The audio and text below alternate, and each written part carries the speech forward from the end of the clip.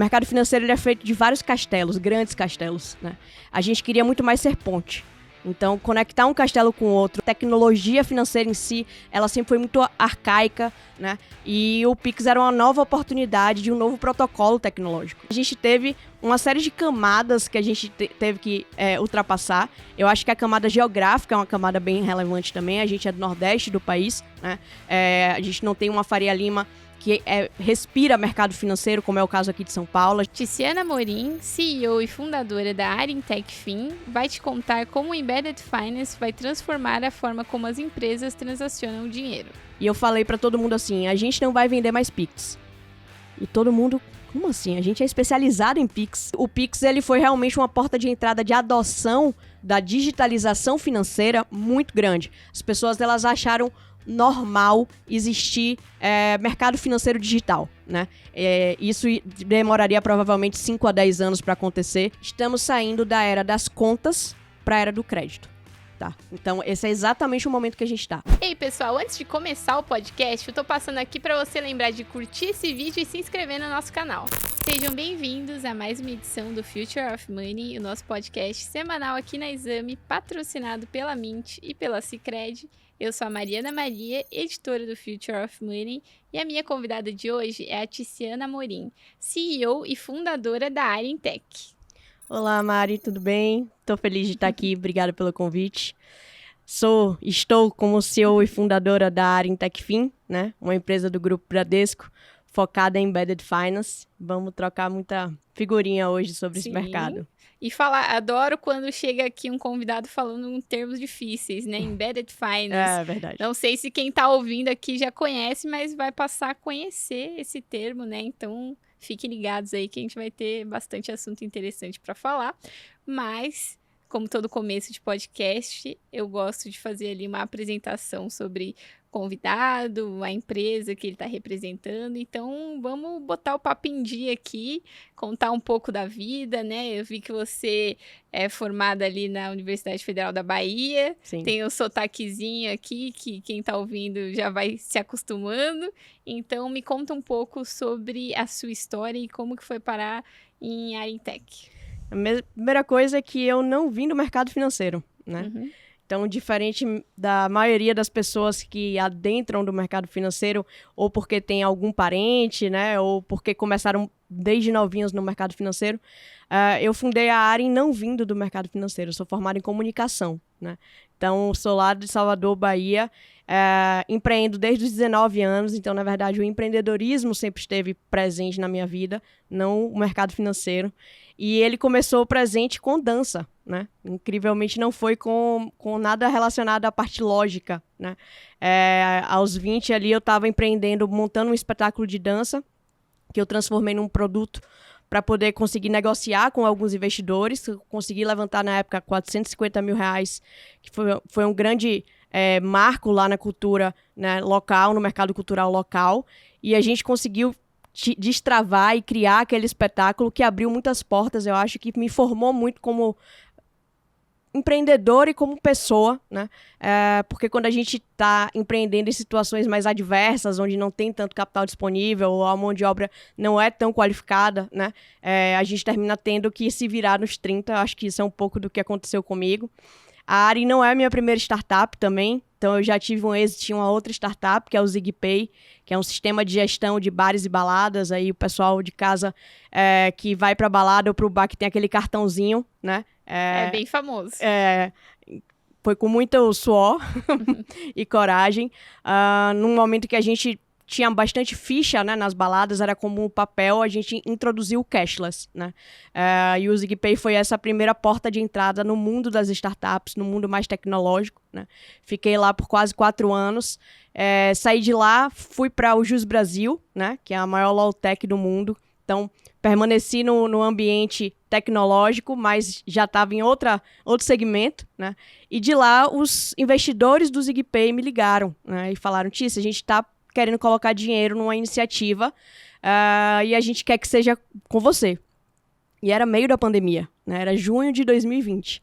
E aí eu falei: não, cara, eu sempre empreendi, nunca fui CLT, tô tendo meu primeiro emprego CLT aos 28 anos na época.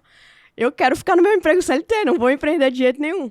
E eles insistiram e me mostraram o potencial do Pix, né, na época.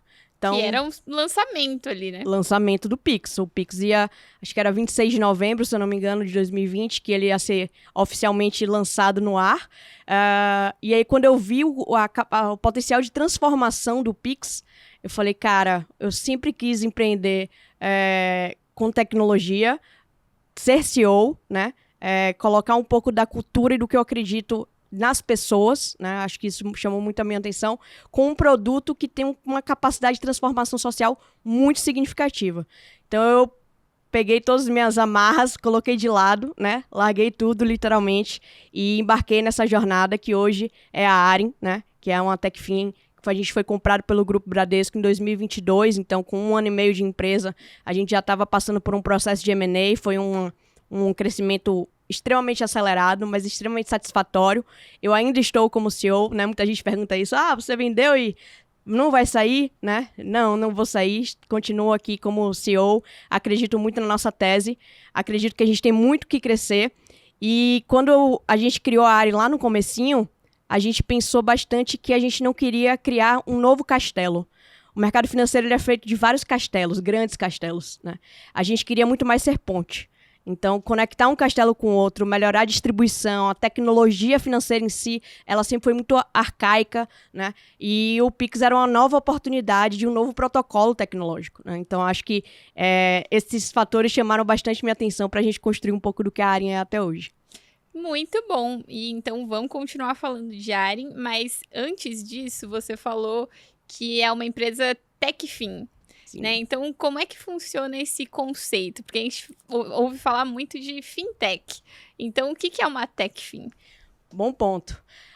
O Jack Ma, do Alibaba, ele falou um pouco sobre a Techfin lá atrás, né?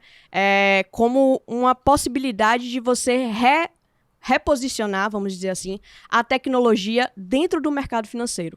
As fintechs, elas vieram muito para reconfigurar o serviço financeiro em si. Per si, né? Então, ele ali na ponta, como é que eu presto o serviço de crédito? Como é que eu presto o serviço ali de pagamento?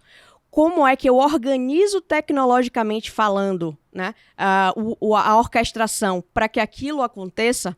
Tá mais para a gente, né, para as infratechs que estão trabalhando com a parte da infraestrutura tecnológica financeira.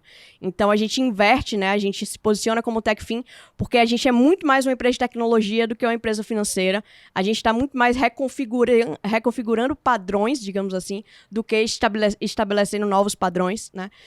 A gente está muito mais na linha de refatorar as coisas do que de construir elas do zero. Muito bom. E aí, agora voltando um pouco, né? Acho que o cenário em que a Arin surgiu foi um pouco caótico, né? Sim. Talvez tenha sido o que eles chamam ali de tempestade perfeita, não sei, depois você vai me dizer.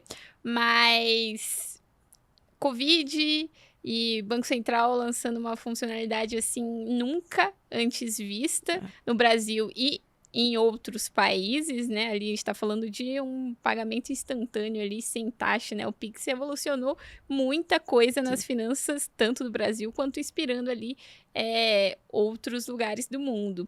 Mas, naquela época, acho que ninguém tinha muita noção, né, de que ia ser isso, né? Muita gente, inclusive, assim... em casa, assim, a gente escutava, nossa, passar na televisão, nossa, Pix, o que é Pix, né? Que negócio estranho é esse? Não sei se eu confio, né? Que eles estão lançando ali, como é que vai ser? Então, talvez tenha sido um pouco desafiador, né? Criar uma empresa, criar um modelo de negócio com uma coisa ali tão nova que ninguém sabia que ia virar o fenômeno que virou. Então, como é que foi esse processo para vocês? Total, era muito mais coisas contra do que coisas pró, né? Então, a gente tinha ali a pandemia, fundar uma empresa, né? A empresa no período de fundação, tá todo mundo dentro de casa, é mais difícil, até para você conseguir construir cultura, né? Que é uma parte muito importante da fundação de uma empresa. E estávamos espalhados naquele momento, né? Obviamente, respeitando ali o lockdown. E a gente tinha o Pix, que era nada mais do que uma nova troca de mensageria. Ou seja, um novo processo em que as pessoas mais antigas do mercado financeiro sabiam tanto quanto as mais novas. Nada, né? Isso é realmente muito desafiador, inclusive para vender o produto. Eu lembro que nos primeiros clientes a gente não tinha que vender a Arin, a gente tinha que vender o Pix. As pessoas precisavam ser convencidas de que elas queriam aceitar aquele meio de pagamento dentro da empresa delas, e só aí eu começava a vender a Arin, né? E isso demorou um ano e meio. Nosso pitch deck, os 5, 6 primeiros slides, era só vantagens do Pix, né? As dores que o Pix resolvia, e as pessoas ainda tentando entender se aquilo ali ia vingar. Vingou muito mais rápido, obviamente, entre pessoas físicas, né? Mas com a pessoa jurídica ali, como meio de recebimento, as pessoas ainda tinham um certo receio, né? Então, a gente teve uma série de camadas que a gente teve que ultrapassar. Eu acho que a camada geográfica é uma camada bem relevante também. A gente é do Nordeste do país, né? A gente não tem uma Faria Lima que respira mercado financeiro, como é o caso aqui de São Paulo. A gente só veio para cá há 2 anos, mais ou menos, que a gente trouxe a empresa toda para cá, para São Paulo. Então, a gente tinha uma limitação geográfica, a gente tinha uma limitação social na época, que era a pandemia, né? A gente não era do mercado financeiro, o Pix ainda não existia, e a gente tinha que vender isso tudo, né? Mas eu acho que foi exatamente o que você falou, a tempestade perfeita. Como tudo aquilo estava acontecendo em consonância, cada passo que a gente dava passos muito sólidos, né? Então, esses passos, eles estavam muito alinhados com tudo que estava acontecendo. E eu acho que por isso a gente conseguiu dar passos mais largos do que geralmente outras startups dão, quando elas tentam provar valor de algo que já tem mais certezas sobre. A gente não tinha certeza sobre nada, então a gente arriscou um pouco mais.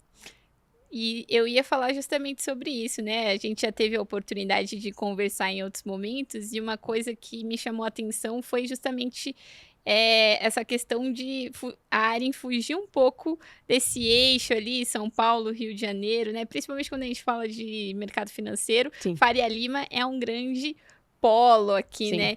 E é difícil imaginar outras iniciativas e outras empresas crescendo fora desse espaço, né? Então, como foi para vocês? Acho que você até comentou comigo que a maioria das pessoas da Arin foram contratadas lá na Bahia. Sim.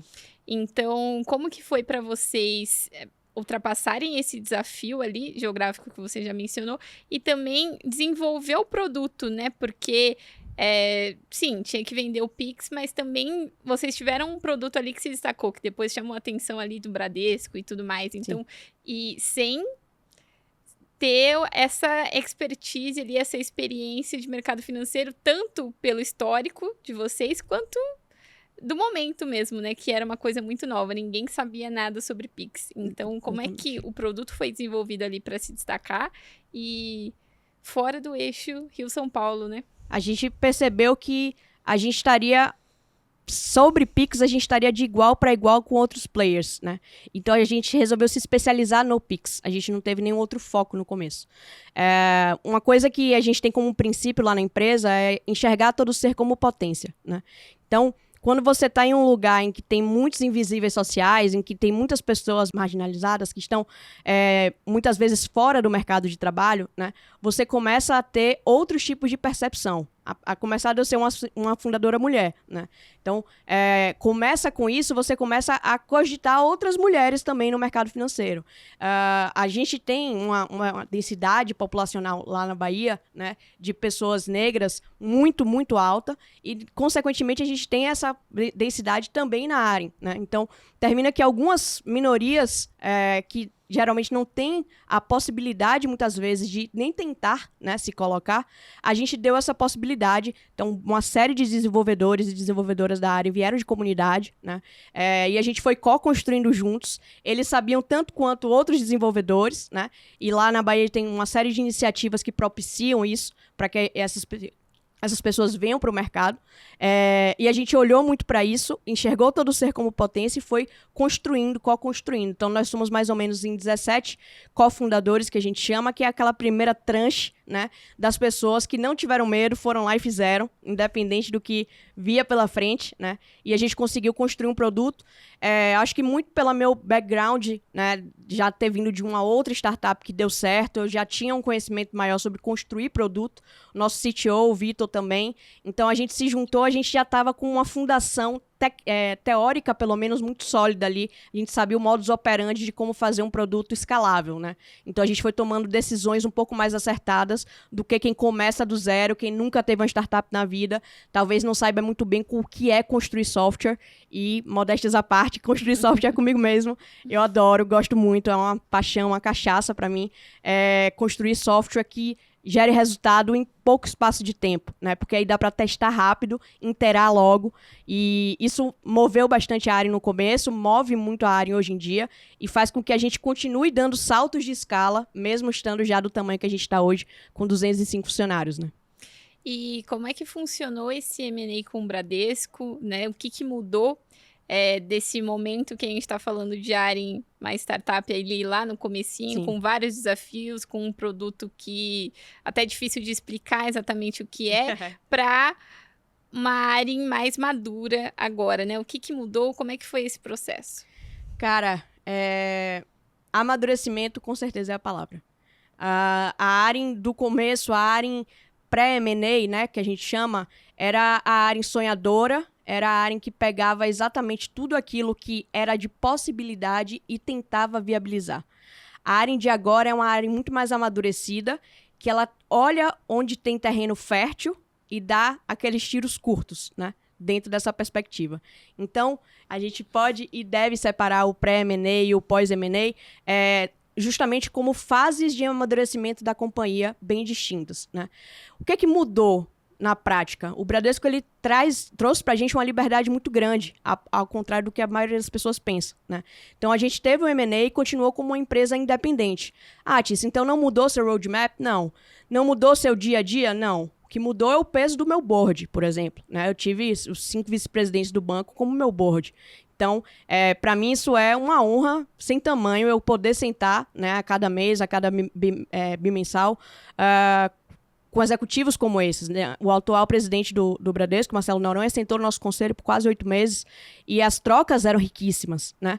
Então, isso com certeza mudou bastante. Mas o DNA da Arin de olhar para as coisas e tentar criar, né, a partir de um terreno fértil, ele se manteve antes e depois do M&A. Eu acho que não teve tanta diferença assim do que a gente imaginava. A gente ficou mais seletivo, mas obviamente vem muita responsabilidade, né? Você fazer parte do Grupo Bradesco, você está ali alinhado a todas as políticas de cibersegurança, todas as políticas de compliance, né, PLD. Então você está realmente azeitado a um grupo muito maior, e a gente teve que correr muito atrás para estar à altura, né? Mas graças a Deus conseguimos, e hoje em dia fazemos parte do grupo e nos sentimos bastante em sinergia com eles. E outra pergunta também, o que mudou para a Arin com esse amadurecimento até da adoção do Pix no Brasil, né? Porque a gente falou muito sobre como era uma grande novidade em 2020, contexto de pandemia, também muita coisa acontecendo ao mesmo tempo, mas agora, 5 anos depois, todo mundo já sabe o que é um Pix, todo mundo já usa o Pix, todas as empresas já integraram o Pix, ou pelo menos querem integrar. Sim. Então, a gente passou por um amadurecimento bem rápido, até quando a gente fala de tecnologia, 5 anos, né? É super pouco. Mas fato é que o Pix está na boca de todo mundo, né? A gente tem ali governantes de outros países também falando sobre Pix. Então, para o cenário atual, o que mudou para a Arin? Mudou bastante. Esse ponto que você trouxe é um ponto interessante, porque o Pix, ele na verdade comoditizou, né? E eu lembro quando eu cheguei uma vez no escritório, lá em 2023, a gente ainda estava na Bahia, vindo para São Paulo, e eu falei para todo mundo assim, a gente não vai vender mais Pix. E todo mundo, como assim? A gente é especializado em Pix. Basicamente, você construiu a empresa para a gente sempre falar sobre o Pix, né? E eu falei, cara, se a gente não fizer a virada de chave agora, provavelmente daqui a 2, 3 anos, a gente vai estar disputando um mercado com um preço muito baixo em algo que vai ser muito óbvio, né? E a Arin, ela sempre foi uma empresa de core bancário, né? Então, esse é o grande produto da gente. Então, quando a gente criou a Arin, a gente criou um core bancário, nativo digital, né? Nativo de nuvem também, e 24/7. Como a gente surgiu com o Pix, a gente conseguiu criar um core bancário que faça processamento 24/7, diferente de todos os core bancários do mercado, que foram criados em outros momentos, e por isso eles rodam, né, de maneira assíncrona, e a gente roda de maneira síncrona. Então, essa diferença, eu resgatei ela, eu peguei aquele nosso produto que era a nossa base, que era o core, e a partir dali a gente começou a criar nossas camadas de Banking as a Service, nossas camadas de Embedded Finance, né, que é essa palavra que nada mais é do que finanças embarcadas numa jornada de terceiro. Então a gente usou a base tecnológica como a mesma, e ao invés da gente dar um enfoque apenas no Pix, a gente deu um enfoque na capacidade que a gente tinha de embedar jornadas de terceiros, né, jornadas financeiras em jornadas de terceiro. Esse era o grande mote a partir ali de 2023, e a gente traz isso até 2025, olhando já para 2026. Então vamos falar dessa palavra aí esquisita, diferente em inglês, né? Que é Sim. Embedded Finance, né? Você já deu uma palhinha aí sobre o que é isso, mas eu quero aprofundar um pouco mais sobre como que essa tecnologia também vai favorecer ali, porque depois do Pix, principalmente depois do Pix, antes também, mas principalmente depois do Pix, a gente teve um aceleramento ali nesse processo de digitalização financeira no Brasil. Total. E aí, depois do Pix, vem várias outras palavrinhas, né? Open Banking, Open Finance, Drex, Embedded Finance e blá, blá, blá. Então, fala um pouco para mim sobre como que Embedded Finance se encaixa nisso e principalmente nesse contexto ali de digitalização financeira que a gente já avançou bastante, mas pelo menos eu não diria que a gente tá 100%. O que você acha? Perfeito. O Pix, ele trouxe uma coisa que as redes sociais já tinham trazido, que é a sensação real time, né? Então, a gente tinha lá no Twitter a sensação de que as coisas estavam acontecendo no mundo e num tweet eu conseguia, né, escrever uma coisa acontecia real time. E participar disso também, né? De maneira proativa, inclusive. O Pix, ele dava essa sensação, ele dá essa sensação também, né? Só que existe uma série de outras coisas relacionadas aos serviços financeiros que não traziam essa sensação, como, por exemplo, abrir uma conta. Para abrir uma conta, você tinha que ir até a sua agência bancária, levar uma série de documentos, fazer uma série de protocolos, até que alguns neobanks conseguiram, né, colocar isso embedado em jornadas, mas ainda assim jornadas que demoram 1, 2, 3, 10 dias para você conseguir abrir. Olhando para a abertura de conta, olhando para pagamento de cartão, olhando para uma solicitação de empréstimo, com o Pix houve uma aceleração da demanda daquilo ali acontecer near real time, que a gente chama. Ou seja, para isso acontecer próximo ao real time, precisava estar onde o usuário está, e não em um lugar apartado de onde o usuário está. É daí que vem o termo Embedded Finance, né? Em que você pega o financeiro e embarca ele em uma jornada não financeira. Então, vamos supor que eu sou dono de uma rede de postos de gasolina, né? E estou ali no meu dia a dia, vou solicitar combustível para a minha empresa que fornece gasolina para o meu posto de combustível. Eu estou num RPzinho ali, estou olhando, olho o meu estoque e resolvo pedir um pouco. Só que eu quero pedir um pouco mais e eu não tenho dinheiro ali naquele momento, né? Então eu preciso, na prática, de um empréstimo. Eu preciso de um pouco mais de dinheiro para pedir um pouco mais de combustível. Ao invés de eu interromper a minha jornada, ir até o meu gerente do banco, fazer uma solicitação apartada, passar por um motor de compliance que está desacoplado à minha realidade ali, eu posso pegar as informações de que eu sou um posto de gasolina, que eu pago em dia, que eu estou ali, onde é que eu estou localizado, quantos outros postos de gasolina eu tenho, e eu posso ter uma oferta de um serviço financeiro embarcado naquele meu RPzinho ali que eu estou, né, gerindo os meus postos de gasolina. Essa é a essência do Embedded Finance. Ela pode acontecer tanto no B2B, como eu expliquei aqui agora, como no B2C, quando a gente vê essa enxurrada de aplicativos chineses chegando, né, e colocando o Mercado Livre e outras empresas como a Amazon, o Mercado Livre, de cabelo em pé, como que a gente vai resolver, né, esses problemas relacionados à logística, com a Shopee. Todos esses players, eles têm uma coisa em comum. Eles têm Embedded Finance, né? Todos esses players, eles conseguiram embarcar jornadas de pagamento, embarcar jornadas, muitas vezes, de financiamento da mercadoria dentro da jornada do usuário. Então, o Embedded Finance, ele é todo esse universo em que a gente coloca pitadas do financeiro dentro de outras lógicas e outras jornadas que não são financeiras.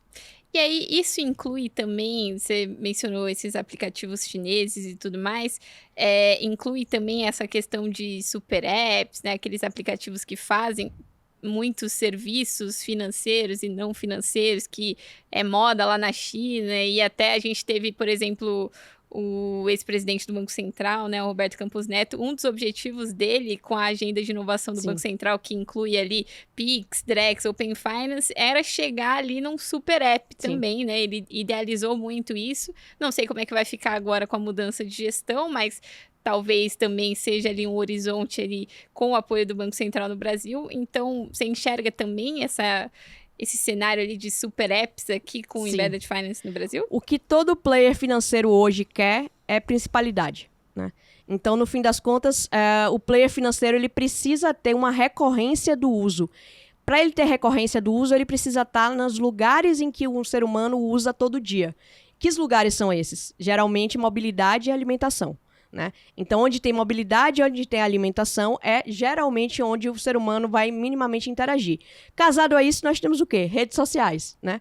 Então, você cruza essas três coisas e soma elas aos serviços financeiros embarcados, você tem os super apps. Então, é uma tendência grande na China, obviamente, dada a forma como a economia chinesa também ela se desenha, né? Facilita bastante, mas no continente africano, os super apps eles estão presentes em vários países diferentes, né? E eu acho que é algo que a gente, nesse aspecto, é um pouco mais atrasado até do que alguns outros países. Mas quando a gente olha a experiência que a gente dá, por exemplo, Open Finance sem redirecionamento, né? Você conseguir puxar dinheiro de uma instituição para outra com apenas 2 cliques. Então, é muita conveniência dentro de jornadas em que as pessoas já não querem mais esperar para fazer a etapa financeira. Elas querem que a etapa financeira faça parte e passa batido por ali. E você até falou sobre essa área de serviços, falar de alimentação, transporte e tudo mais. Eu lembrei agora de um caso que, por exemplo, 99. Eu uso muito aplicativo para corrida. Aí eu entrei aqui no aplicativo outro dia, tinha também agora pedido de comida.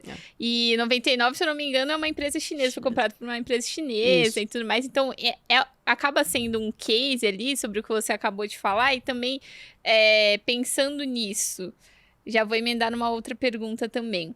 A gente vê hoje em dia, principalmente depois do Pix, desse boom de fintechs mesmo, vários aplicativos que não são bancos oferecendo serviços financeiros. 99 é um caso, Mercado Livre também é outro.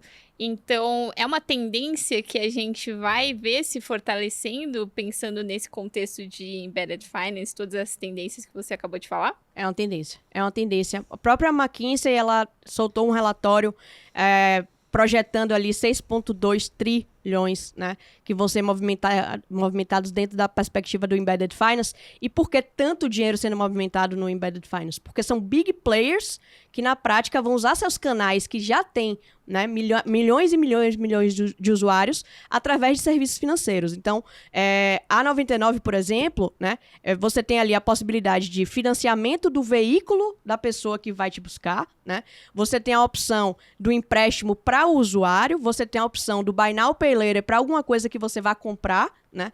Então, são uma série de possibilidades que você tem ali e que é apenas um player, fora todos os outros players que já estão vindo da China para cá, né?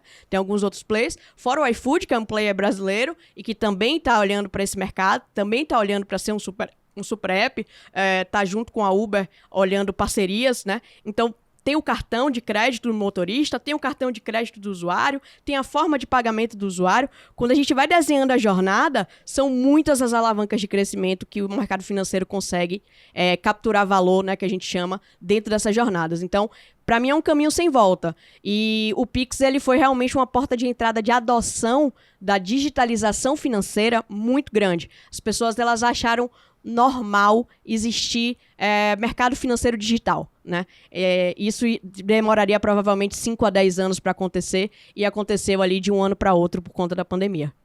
Mas aí também me deixa outra dúvida, porque a gente está vendo ali diversas empresas que não eram do ramo financeiro entrando no ramo financeiro. Isso não representa também uma concorrência para os bancos? Como é que funciona? Boa. Qual é a forma que a TI se vê, né? A Arin, ela é uma empresa agnóstica a sistema financeiro. Então, a gente consegue rodar tanto no sistema financeiro nacional quanto de outros países. E ela é agnóstica também à instituição financeira. Ou seja, por mais que o Bradesco seja nosso sócio controlador, né, a gente tem integrações com o Itaú, a gente tem integração com o Banco do Brasil, com a Caixa. A partir do momento que você entende que o usuário é o principal, né, todo o restante vai ficar orbitando ali em torno do usuário. É uma concorrência? Na prática, para mim, é uma nova forma de se relacionar com a marca.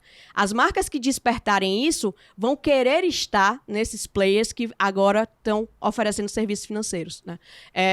E se eles olharem como concorrentes, muito provavelmente eles vão ser concorrentes, vão competir, mas se eles olharem como complemento de canal, né? Então, o Bradesco ele pode ter o próprio canal, ele pode ter o próprio aplicativo, mas ele também pode estar financiando lá na página de checkout do 99 Food uma máquina de lavar que eles vão vender, né? Ele pode também estar ali, porque no fim das contas, o mercado financeiro ele tem uma complexidade que não é para qualquer um, né? Então, por mais que a gente também fale da democratização dos serviços financeiros, a gente sabe da necessidade da regulação, da necessidade de manter o risco controlado, né? O risco sistêmico, principalmente, controlado. O Banco Central está olhando muito para isso, está reduzindo a quantidade de players, né? Então, é uma tendência que os maiores players eles continuem ocupando maior parte do mercado, mas a gente tenha também outros players que podem ou não estar fazendo negócio com esses big players, né? Sejam eles financeiros ou não.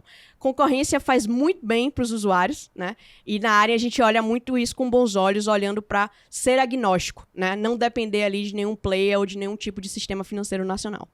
Legal. E um pouquinho lá atrás eu falei que a gente, pelo menos eu acho, que a gente está num momento de maturidade já mais avançado do Pix e tudo mais.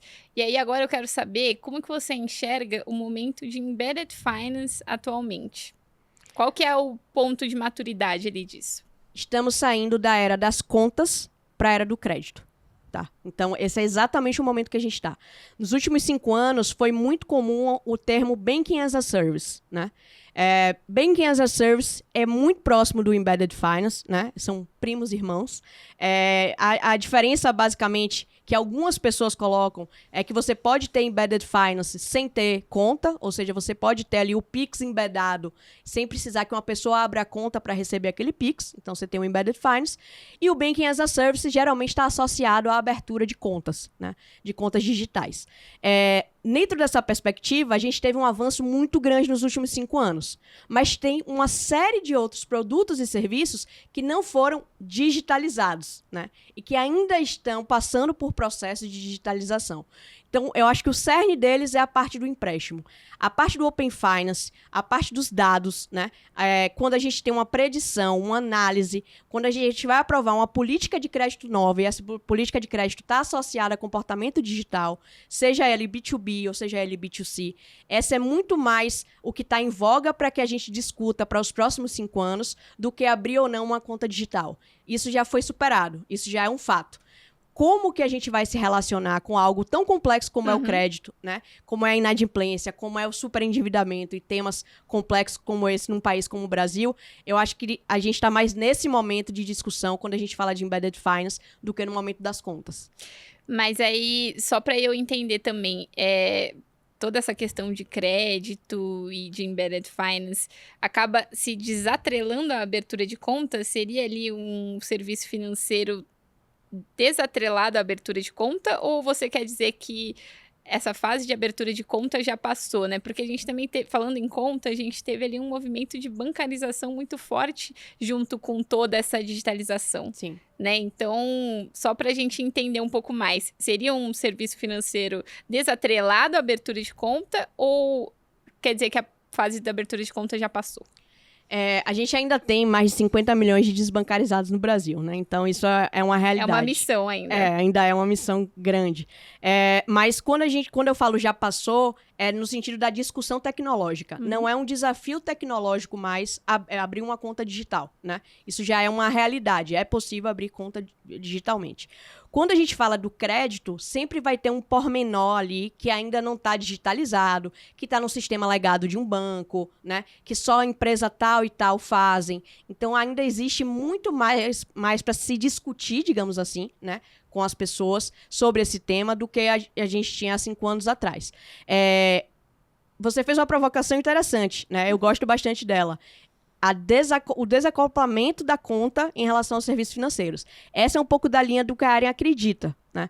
Porque a pessoa pode ter a conta em qualquer lugar, a gente presta o serviço financeiro e a um Pix de distância ela recebe aquele dinheiro aonde ela estiver, né? Então, a nossa tecnologia, a tecnologia da Aren, ela é pensada de maneira desacoplada. O mercado pensa assim? Não. O mercado não pensa assim. O mercado ainda pensa, quero contas, quero ampliar meu market share com contas, etc. Mas a gente não. A gente, por ser uma TechFin, a gente está muito mais preocupado com a experiência do usuário e essa experiência ela pode estar, com certeza, desacoplada da conta.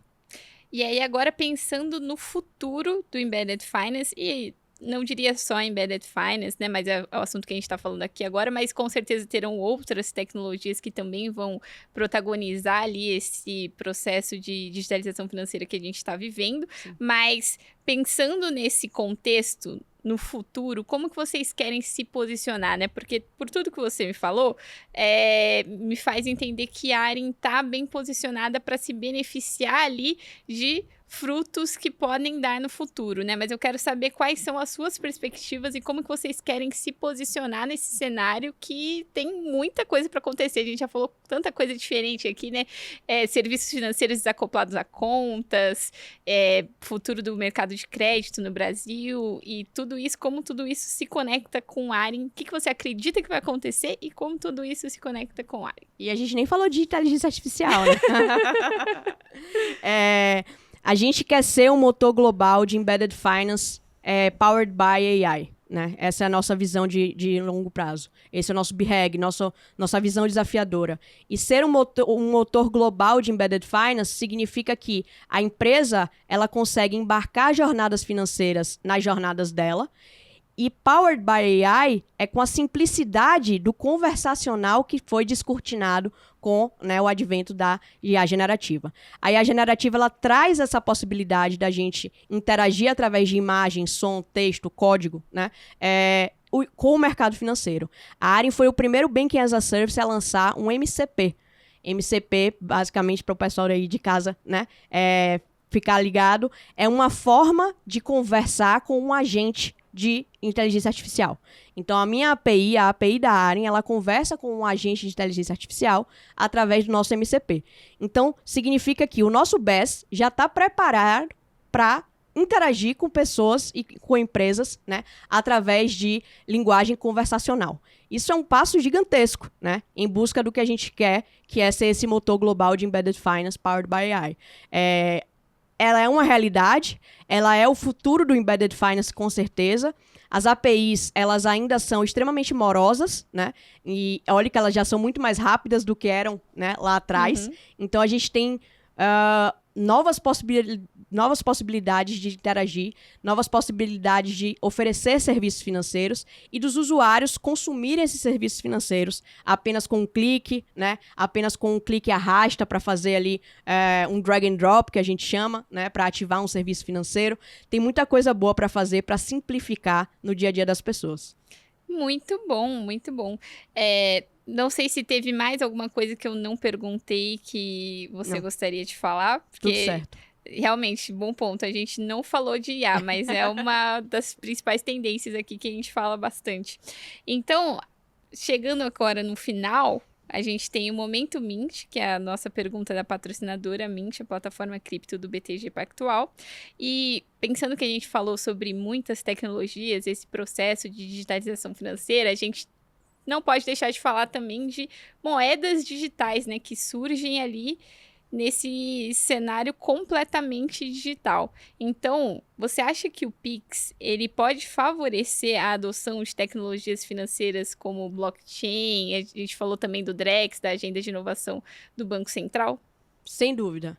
O Pix, abre portas, né? Ele abre portas de percepção, ele abre portas tecnológicas, ele abre portas regulatórias, né? Mas principalmente o fato da gente ter a adesão da população, a população entender o que é um Pix, fazer um Pix, isso faz com que a população esteja mais predisposta a outras novidades que antes ficariam dentro de uma bolha tecnológica, só quem é do meio de tecnologia financeira ia usar. Eu acho que isso que separa uma criptomoeda, por exemplo, dela efetivamente fazer parte da sociedade ou não fazer parte da sociedade. E um grande passo disso, né, dessa adoção, com certeza, é a adoção de pagamentos digitais. E a gente já tem a adoção de pagamentos digitais no Brasil. Então, o Pix, ele abre essa porta, né? E eu acho que tem uma fileira de novas tecnologias, de tecnologias que estão nessa fila para poder adentrar no Brasil, né? Mas, com certeza, desencadeado pelo advento do Pix. Muito bom, muito bom. Eu gostei muito do papo, Tícia. Espero que quem esteja ouvindo também tenha gostado. A gente falou de muitos termos difíceis de uma forma fácil, sim, né? E também gostei muito de saber um pouco mais sobre a sua história, né? Todo esse cenário de startups, né? Então, achei um papo muito interessante.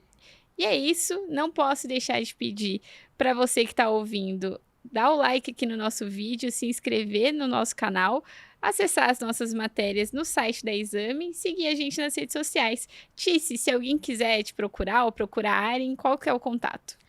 Vai lá no LinkedIn, Ticiana Amorim.